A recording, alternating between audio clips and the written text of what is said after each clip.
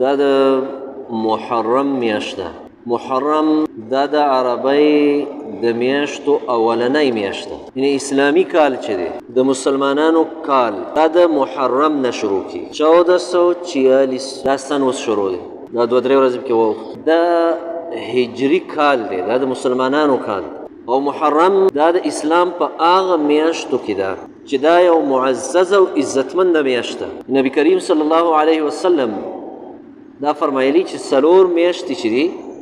دا عزتمند میاشتې دي، 3 چې دي متوالیات، هغه فرله پسې دي چې هغه ذوالقعده، ذوالحجه او محرم، دا 3 میاشتې دا یو ځای دي. او 4مه میاشتې نه لږه لرې ده، هغې ته عربی کې رجب وایي، نو هم پښتو کې ورته خلک بزرګه میاشت وایي. او محرم معنا دا ده چې هغه میاشت چې د دې عزت کړی شوی دی، عزت ورکړی شوی دی. ځکه یو روایت کې دا هم راغلی دی، اگر چې ضعیف روایت چې د قیامت ورځ چې قایمیږي نو دا به د دې محرم په میاشت کې قایمیږي. نن مسلمانانو باندې د عیسیانو او د یهودو او د انګریز د غلامۍ دومره لوی اثر دی، دومره لوی اثر دی چې مسلمان ته خپلې میاشتې نه دي معلوم، او د انګریز میاشتې ورته معلومې دي. هغې نومونه هغه ورته معلوم دي. د چا نه دې تپوس وکړي چې دا کم کال دی، مسلمان نه تپوس وکړه چې دا څویم سن دی، نو هغه به وایي دا 2024 دی. دا عیسوي حساب دی، عیسوي حساب. یعنې د عیسی علیه السلام نه را په دې خوا 2023 کاله وشول او په 23 کال کې روان. او دی د خپل نبی او د صحابه کرامو د مسلمانانو د دې امت چې کوم حساب دی د میاشتو او د کلونو، نو مسلمان ته د هغې فتح نشته دی چې اوس کوم یو کال شروع شو. نو دا 1400 او 440 کال شروع، اوس شروع شو 1400 او 440 کال. یعنی د صحابه کرامو چې هجرت کړی دی مدینې ته، د هغې څومره وخت وشو؟ 1445 کاله یې وشو. اکثر موږ او تاسو وایو که نه چې نبي علیه السلام 1400 کاله مخکې ویلي دي. دا الفاظ اکثر دا خلکو، ځکه مسلمان دپاره دا ضروري ده چې دی خپل حساب وپېژني، دی د خپل حساب کلونه وپېژني، دی د خپل حساب د مسلمانۍ د حساب میاشتو نومونه وپېژني. زموږ تعلیمي غلامي هغه دا حد دی چې زموږ بچو ته د دې خبرې درس نه ورکولی کېږي چې دا خبره زده کوي چې محرم، سفر، ربیع الاول، ربیع الثانی، جمادی اول، جمادی ثانی، او رجب، شعبان، رمضان، شوال، ذوالقعده، ذوالحجه، دا نومونه زمونږ بچو ته سکولونو کې او په کالجونو کې نه زده کوي. خو د ادنا نه ورته دا خبره زده کوي چې جنوري، فروری، مارچ، اپریل، مئی، جون، جولای، اګست، دا ورته زده کوي. دا زمونږ هغه ذهني غلامي ده، دا زمونږ ذهني غلامي ده چې د میاشتو او د کلونو حساب به مې د عیسیانو په حساب وي، د یهودو په حساب به وي، او چوټي به مې په هغه ورځ باندې چې کومه ورځ عیسیانو د ځان لپاره خوښه کړې وه. حدیث کې راغلي دي چې هغه یوم الاحد ده، یعنې اتوار ورځ، فارسی کې ورته یک شنبه وایي. نو زمونږ د غلام حکومت او زمونږ د غلام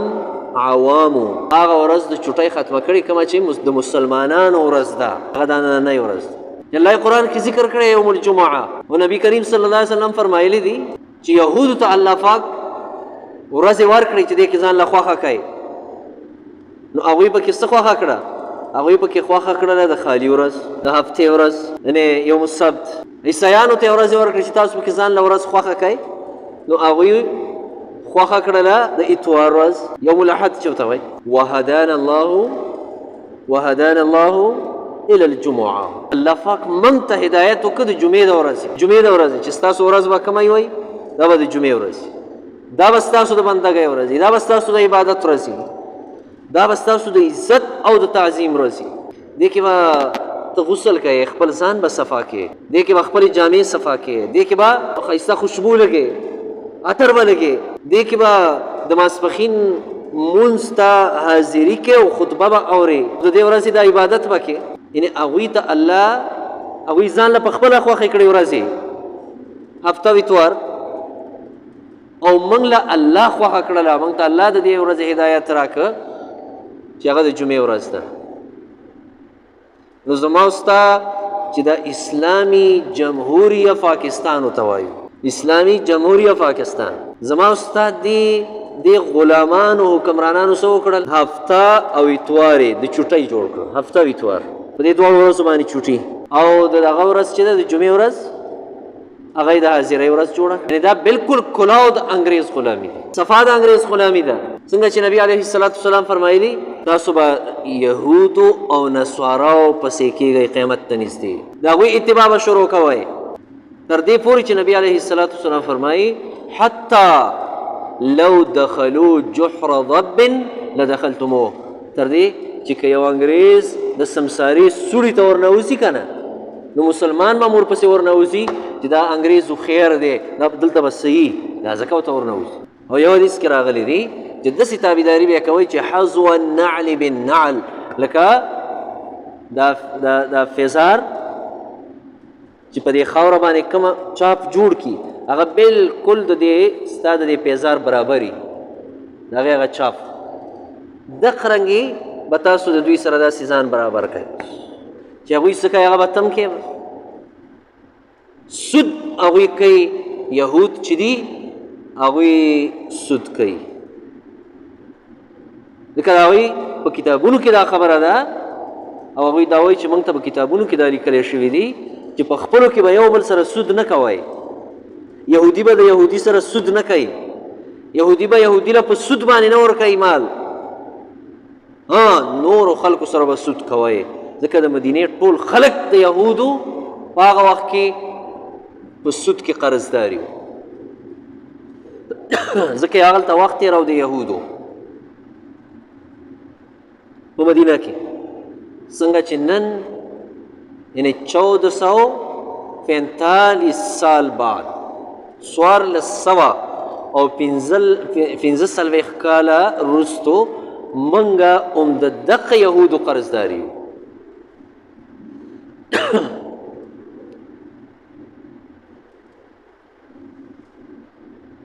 او قرضدار سړی چې دی که نه قرضدار دی به یې غلام دې قرضداري ته که دا د قرض والا هر څه وایي دی به یې مني ځکه نبي علیه السلام یو ځل یو سړي نه قرض څه شی اوښه یې ترې راوستې وه نو هغه سړی راغی مطالبه یې وکړه د نبي علیه السلام نه او هغه قرض کې چېرته ورځ نیمه تېره شوې وه نو نبي علیه السلام ته خبرې مو کړې ډېرې تیزې او د نبي علیه السلام په دې اوږه مبارکه باندې څادر پروت و نو د هغه نه یې داسې راونیو او رازور یې کړه ورته چې حدیث کې راغلی دی د هغه څادر هغه لیکې د نبي علیه السلام په سرمن مبارکه باندې دومره جوړ شو دومره زور یې ورکړ صحابه کرام را پاڅېدل د دې سړي د وهلو دپاره او د ده د نیولو دپاره نبي علیه السلام منې کړه ویل نه ځکه چې ان لصاحب الحق مقال د قرض والا دا حق شته دی چې تا ته خبرې وکړي دا یې حق دی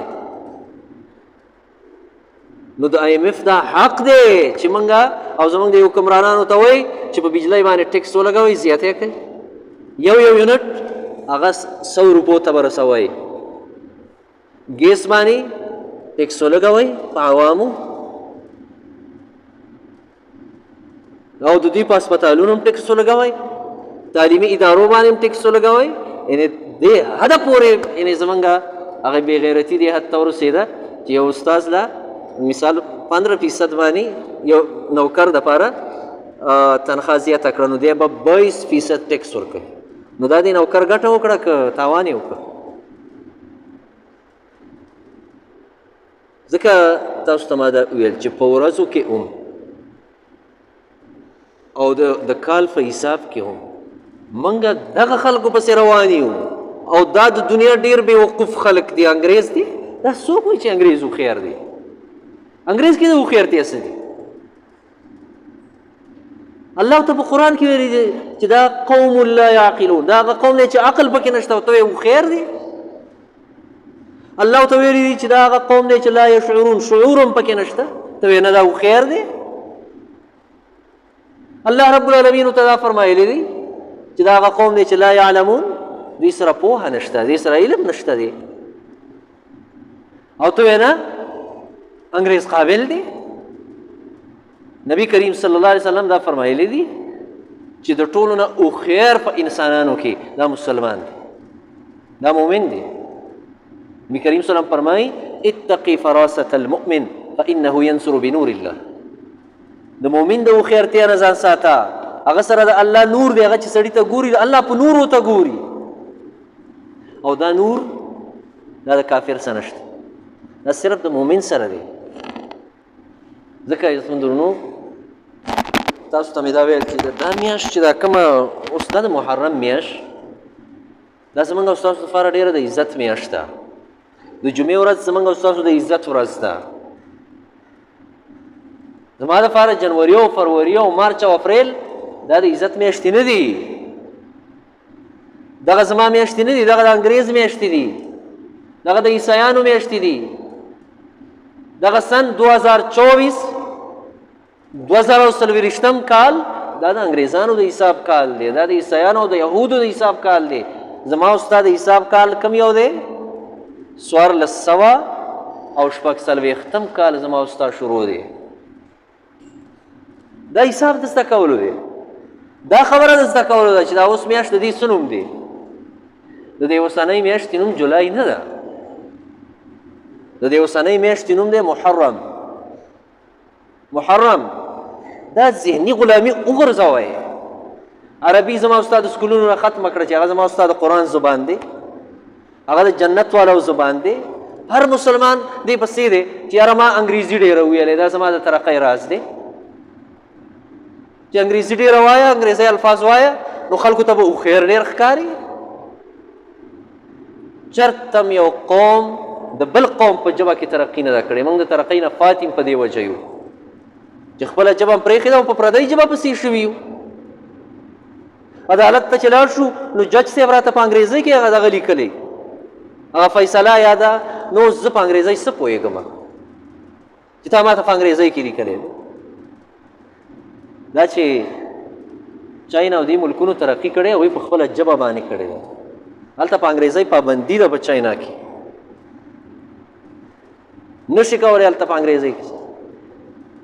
او دا دی چې تاسو ته مې ویلي موږ د دغه خلکو ذهني طور غلامان یو او هغه زموږ مولاګان دي. نو غلام ته چې مولا څه وایي همغه به کوي، همغه به کوي. ده ته چې مالک څه وایي همغه به کوي. ما او تا ازاده فیصله نشو کولی څو پورې چې هغوی لاله فیصله خوښه کړي دي. ځکه دا زده کوي، دا خبره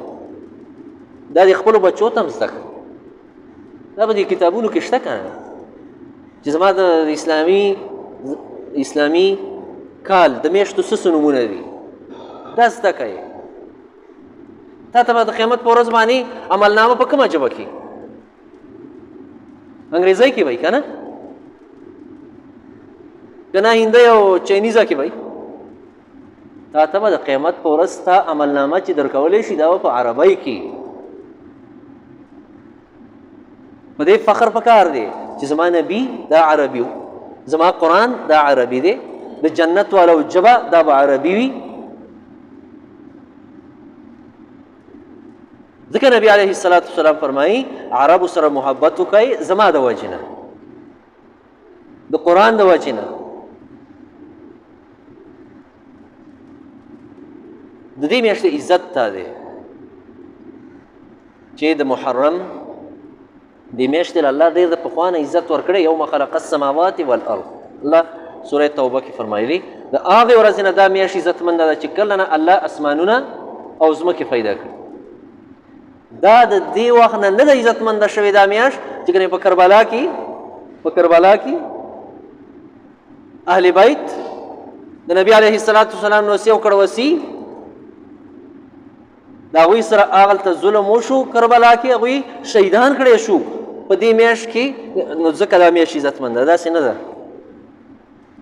دا یو واقعه صرف دې ورځو له راله بس نور او د دې میاشتې عزت الله فرمایي یوم خلق السماوات والارض کله نه چې ما ځمکه او اسمانونه پیدا کړي دا یو ظلم شوی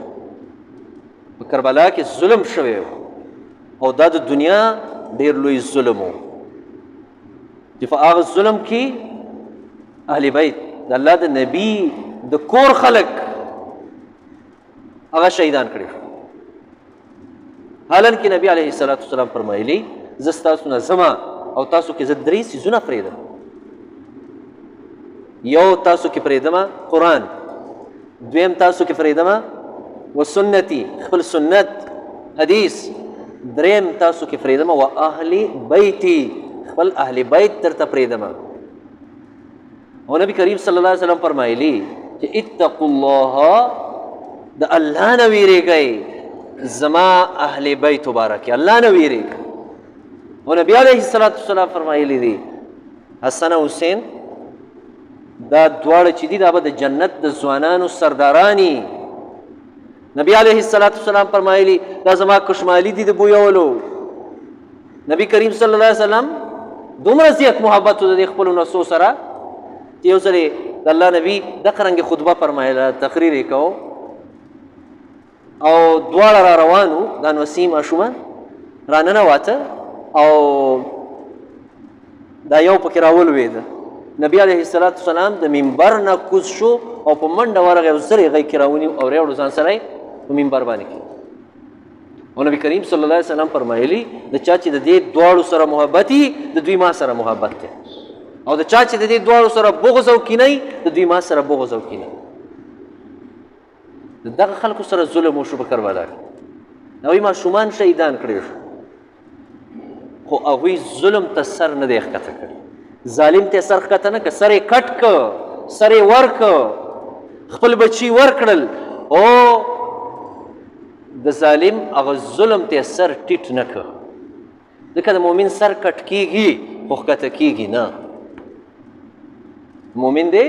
د سر دا د غلامۍ سر نه دی د مؤمن سر دا د سردارۍ سر دی دا به نه ښکته کېږي د الله نه سوا بل چاته دا یو درس دی د کربلا په واقعه کې د کربلا واقعه هغه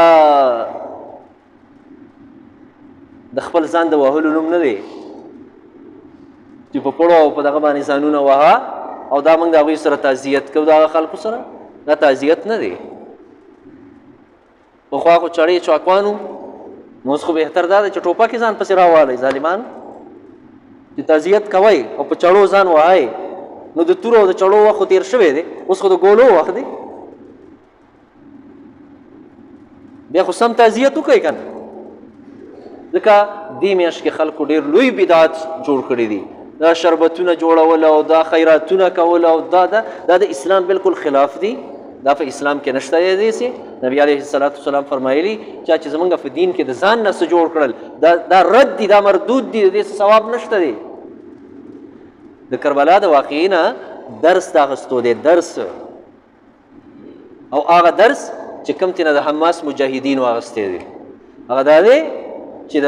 څنګه د حسین رضی الله عنه سر هغه ظالم ته نه دی ښکته شوی د څرنګه د فلسطین د حماس د مجاهدینو سر تر اوسه پورې اسرائیلو ته نه دی ښکته شوی بچي شهیدان شول کورونه یې بالکل وران شول جوماتونه یې ړنګ شول هسپتالونه هغه یې ړنګ شول او د اسماعیل هنیه 4 زامن پکې شهیدان شو د فلسطین د وزیر اعظم سابقه وزیر اعظم او هغه چې هغه تقریر کوي هغه وایي هېڅ خبره نه ده زه په خپل بچي باندې چې څومره خفه یم دا قرنګې زه په خپل یو فلسطیني بچي باندې خفه یم زما بچی او د یو عام فلسطیني بچی هغه وایي دا ماته یو شان دي ټول خاندان یې شهادتونه ورکړل او دا دی چې سر یې ښکته کړی نه دی او نه یې ښکته کوي ځکه عزتمندونو د دغې واقعې د کربلا دا مطلب نه دی چې شربتونه په جوړ که او خلکو ته ورکه او په سړکونو راوځه او ځانونه ووهه که نه او اس چې دی څه دی اس باندې زینونه او ګلونه واچوه که نه او هغه اسم ځان نه مخکې کړی او دا یو طریقه ده دا تعزیت طریقه نه ده او نه د دې اسلام اجازت ورکړی نه اجازت ورکوي دې میاشت کې داسې وکړئ چې د عاشورا د ورځې روژه ونیسئ د لسمې ورځې روژه نبي علیه الصلاة والسلام چې کله دغه ته راغی مدینې ته نو هغلته به یهودو د دې ورځې روژه نیوه نبي علیه الصلاة والسلام ترې نه تپوس کړو دا ولې نیسئ هغوی ته وویل په دې ورځ باندې الله د فرعون نه موسی علیه السلام او بني اسرائیلو ته نجات ورکړی ځکه یې موږ نیسو دا زموږ د خوشحالۍ ورځ ده چې زموږ دشمن پکې تباه شوی نبی علیه الصلاة والسلام فرمایل نحن احق بموسی منکم موږ ستاسو نه موسی علیه السلام ته ډېر نږدې یو چې موږ به موسی علیه الصلاة والسلام د دې ورځې روژه نیوله نو موږ به یې هم نیسو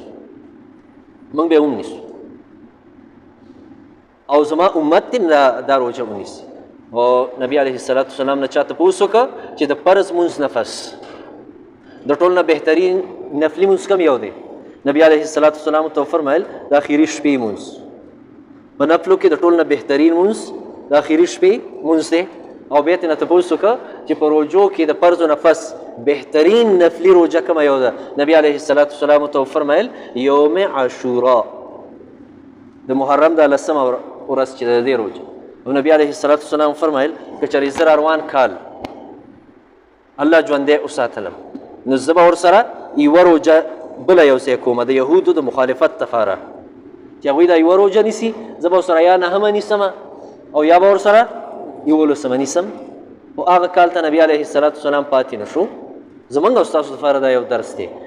نهمه لسمه یولسمه دا بهتر درې ورځې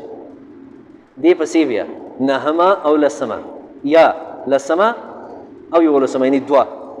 او که دا دواړه نشي کېدی نو دا یوه خو خامخا سړی ونیسي دا د لسمې ورځې دا د دې میاشتې هغه قدر دی عزت دی چې کوم عزت وله الله رب العالمین ورکړی الله رب العالمین دی موږ او تاسو د احکاماتو پابند جوړ اللهم صل على محمد وعلى آله كما صليت على إبراهيم وعلى آل إبراهيم اللهم إنا نسألك فعل الخيرات